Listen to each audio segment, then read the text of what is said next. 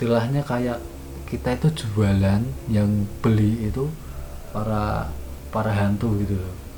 Bawa kardus kan, bawa kardusnya itu udah penuh sama duit. Dia semakin menggebu-gebu pengen segera dapat duit. Pikirannya udah melayang, pengen beli Pajero, beli Fortuner, punya duit bermiliar-miliar, intinya gitu. Ah, apa masnya aja yang dimaksud itu, saya apa masnya aja ya pengen ke sana gitu. Maksudnya pripon, maksudnya gimana saya gitu. Di sana itu enak loh mas, tempatnya bagus, banyak temen nih gitu. Kalau ntar mas mau ke sana pasti nggak mau balik lagi. Berpikir ini ada yang janggal ini aku gitu. Kok malah bisa saya ditawarin menjadi tumbal. Kita benci sama orang terus ingin menumbalkan orang yang kita benci, itu ternyata hal yang konyol. Setannya juga tahu gitu. Itu nggak bisa, ternyata nggak bisa, malah targetnya orang lain kan nyata.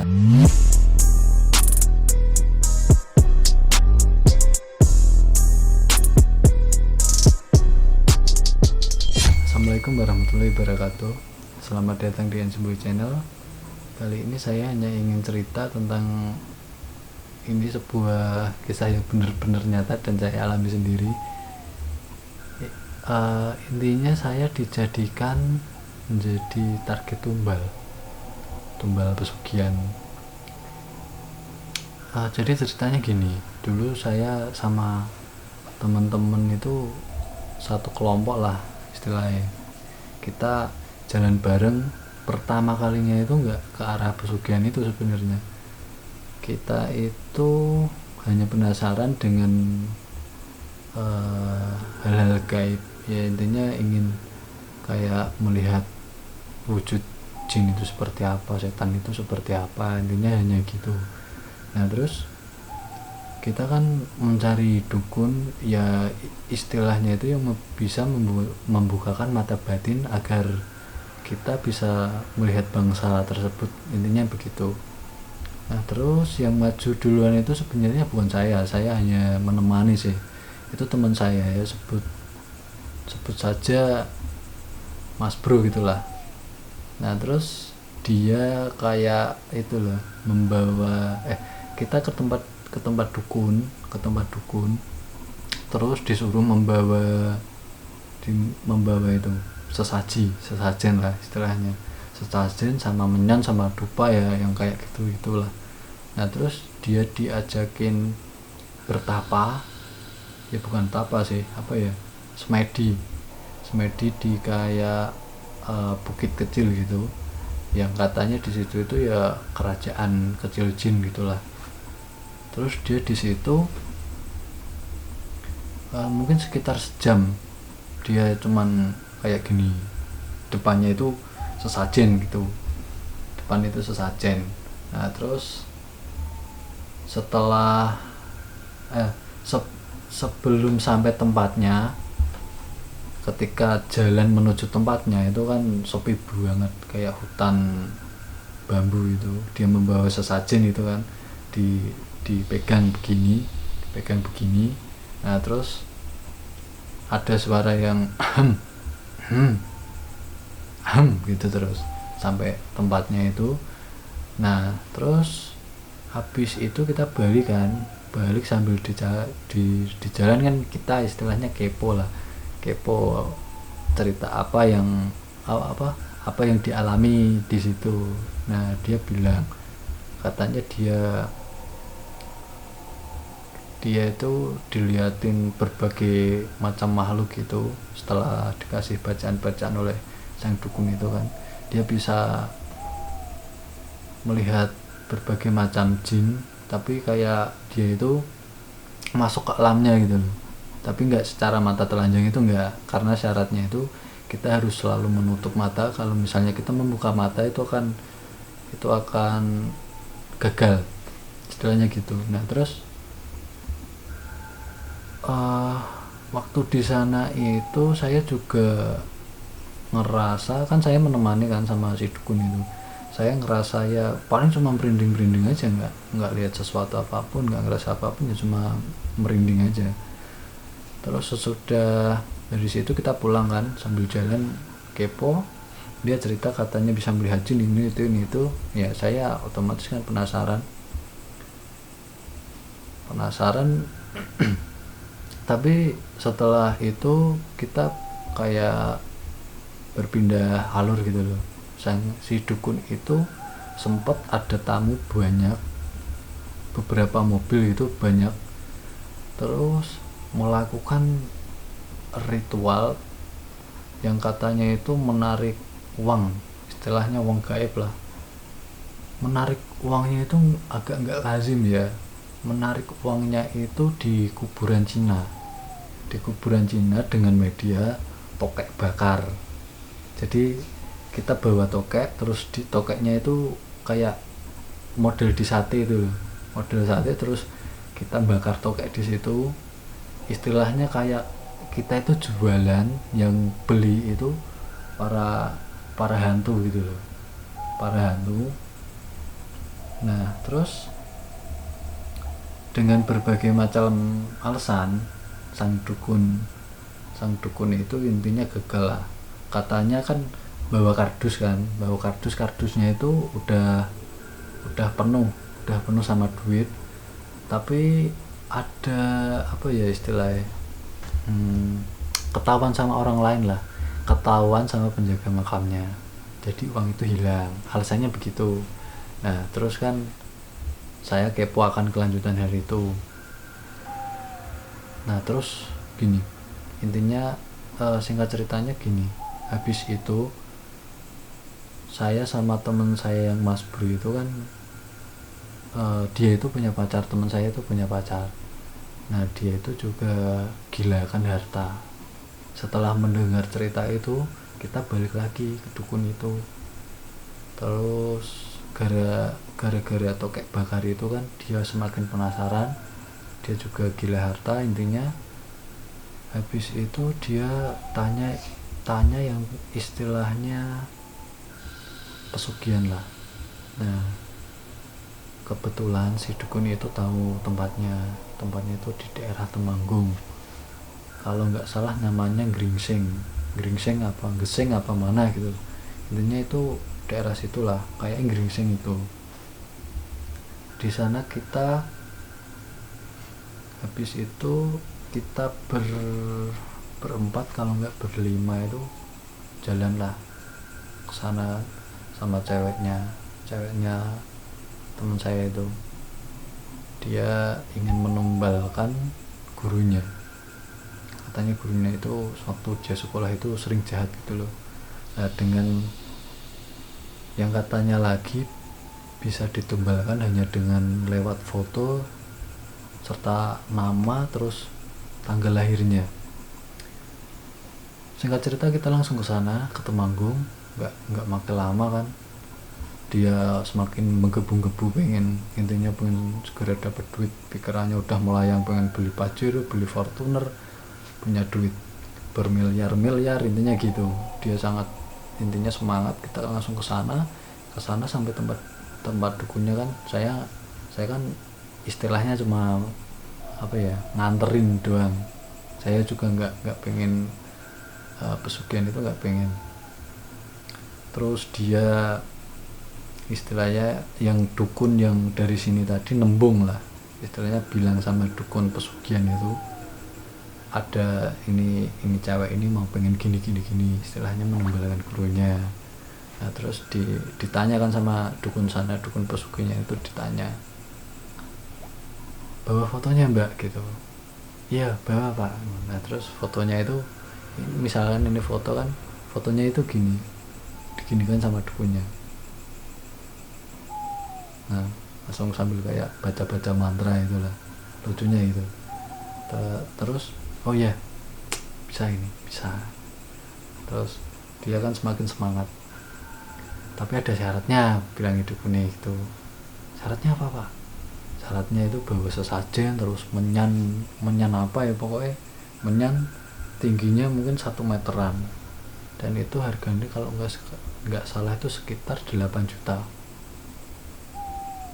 Dan dapetinnya itu harus beli dari mana gitu. Intinya kita masrah ke uang sama dukunnya buat beli sesajen itu sekitar 15 jutaan. Nah terus tiba-tiba dukunnya gini, apa masnya aja yang dimaksud itu saya, apa masnya aja ya pengen ke sana gitu. Maksudnya pripon, maksudnya gimana saya gitu. Di sana itu enak loh mas, tempatnya bagus, banyak temennya gitu. Kalau ntar mas mau ke sana pasti nggak mau balik lagi. Nah setelah itu saya kan mulai berpikir ini ada yang janggal ini aku gitu. Kok malah bisa saya ditawarin menjadi tumbal. Ibaratnya saya ngapain juga ke sana, saya juga nggak pengen, istilahnya uangnya aja saya nggak mau nyentuh gitu. Misalnya teman saya berhasil aja saya sudah mewanti-wanti, misalnya kamu emang mau bener pesugihan terus kamu dapat uang, jangan sampai share pun uang itu ngasih ke saya udah bilang gitu. Jadi saya istilahnya cuma diminta bantuan untuk mencari itu tadi, mencari dukun itu tadi. Saya hanya nemenin aja sebenarnya, bukan pelakunya. Saya kan istilahnya menjadi korban lah mungkin. Nah setelah itu mungkin si teman saya itu berpikir lagi lah, 15 juta itu juga lumayan, nggak uang sedikit juga. Kita pulang terus saya keluar dari rumah dukun itu saya udah ngerasa aneh, badan saya udah ngerasa aneh. Sampai kita istilahnya pulang, perjalanan pulang, kita kan naik mobil ya. Tiba-tiba saya itu baru mungkin sekitar jalan beberapa menit ya, tiba-tiba ngerasain yang benar-benar ngantuk gitu loh. Ini saya merasa aneh, padahal jalan paling semenit 2 menit lah, belum jauh juga dari tempat si dukun pesugihan itu kan. Saya udah ngerasa tiba-tiba itu ngantuk ya, benar-benar ngantuk, tapi saya tahan karena saya tahu ini ada sesuatu yang aneh dan nggak wajar lah. Pokoknya saya tahan sampai rumah. Akhirnya saya nggak tidur, meski ya emang susah, ngantuk itu sangat susah. Setelah itu saya semua pulang. Esok harinya lagi kan balik kan ke tempat dukun yang pertama, bukan yang tempat dukun pesugihan ya. Tempat yang dukun pertama itu dia bilang gini sama saya sama temen, ini yang mau jadi tumbal kok bukan yang di foto ya. Maksudnya gimana bang? Maksudnya gimana? Ini yang jadi tumbal itu rumahnya itu gini, terus tetangganya itu rumahnya gini, pokoknya model rumahnya begini. Terus aku cuma batin lah, duh, kan rumahku, itu kan rumahku, aku bilang gitu sama temen. Terus kok ciri-cirinya tetangga, namanya tetangga, terus pokoknya orang yang di sekitar rumah saya itu kok bisa tahu, padahal kan kalau dalam dunia yang nyata dia itu nggak tahu rumah saya di mana, nama tetangga saya siapa, ciri-cirinya bagaimana, pekerjaannya apa tuh dia nggak tahu. Tapi anehnya itu dia bisa tahu semua. Terus saya semakin kalau takut yang berlebihan enggak, cuma heran lah istilahnya, heran. Terus saya sama temen saya bilang gini, kowe main numbal ke aku, kamu mau numbalin saya bilang gitu. Oh enggak bro, enggak loh, kok ceritanya bisa jadi begini gitu. Saya intinya ngerasa nggak terima kenapa saya yang ditarget untuk menjadi tumbal atas pesugihan yang mereka lakukan. Saya padahal pengen menikmati uang yang kayak gitu tuh, nggak pengen. Tapi kenapa saya yang menjadi target mereka? Yang mau saya salahin itu siapa? Kalau sama teman kalau kesana ke tempat dukun pesugihan atau ke tempat dukun yang pertama pasti ngajak saya. Tapi kalau di luar itu juga saya sebenarnya nggak tahu. Tapi kalau setahu saya ya nggak mungkin juga gitu loh, padahal temen akrab masa ya mau numbalin, padahal ngapa-ngapain juga bareng istilahnya. Mungkin mungkin kalau hantunya apa dukunnya sana emang memilih saya atau gimana, saya juga nggak tahu. Terus intinya gini, kalau nggak mau membatalin segala ritual dan tetek bengeknya ini, yang mending istilahnya saya perang sama temen apa perang sama dukun gitu, mending saya ajak perang sekalian. Kalau misalnya kalah juga nggak jadi tumbal, lah ngapain juga jadi tumbal, saya nggak ngerasain apa-apa, nggak tahu apa-apa, jadi tumbal. Saya cuma nganterin aja, mending perang aja lah. Tapi untungnya teman saya sama dukun itu ya ngerti lah, akhirnya ngerti mereka. Sama si ceweknya teman saya itu akhirnya juga udah kalem ya, nggak menggebu-gebu banget gitu loh. Ya intinya pesugihan itu mungkin emang bisa ya dilakukan sama ceweknya teman saya itu tadi, tapi tumbalnya juga ternyata tumbalnya nggak semudah yang dibayangkan dia. Tumbalnya nggak cuma foto terus nama tanggal lahir, itu enggak. Ternyata tumbalnya ya juga mereka mau memilih kok, maksudnya hantu setannya apa mereka yang memilih.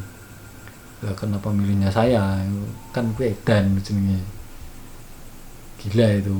Terus akhirnya alhamdulillah cewek itu udah udah ikhlas kalau nggak jadi.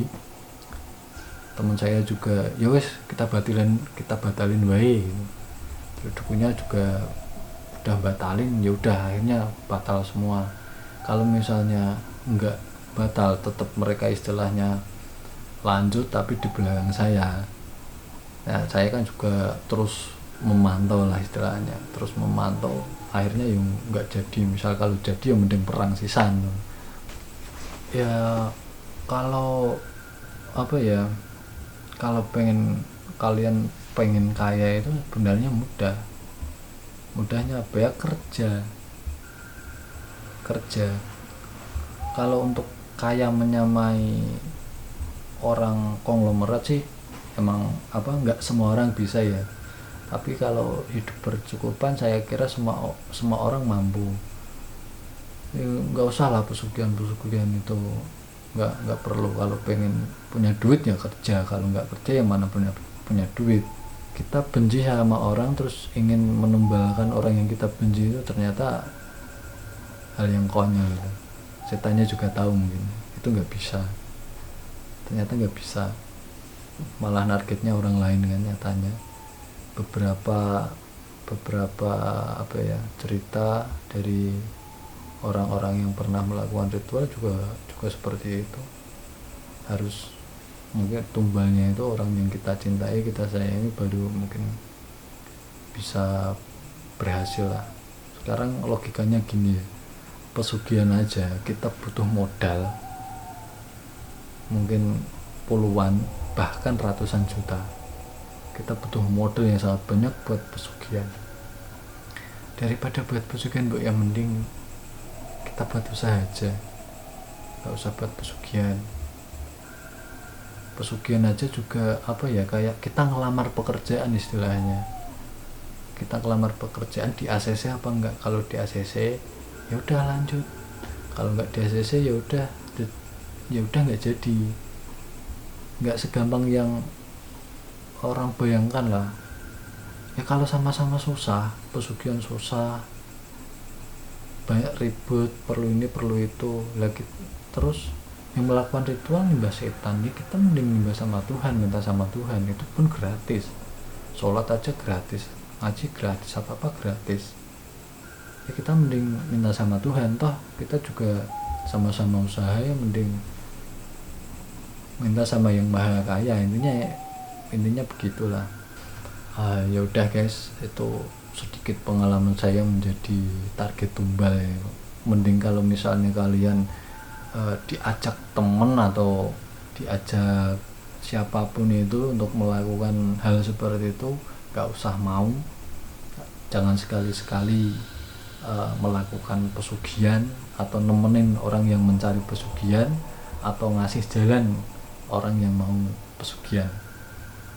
Ya intinya itu aja sih, daripada kalian nggak tahu apa-apa tapi terjadi apa-apa sama kalian atau keluarga kalian, mending nggak usah. Ya udah, jangan lupa like dan subscribe-nya. Terima kasih.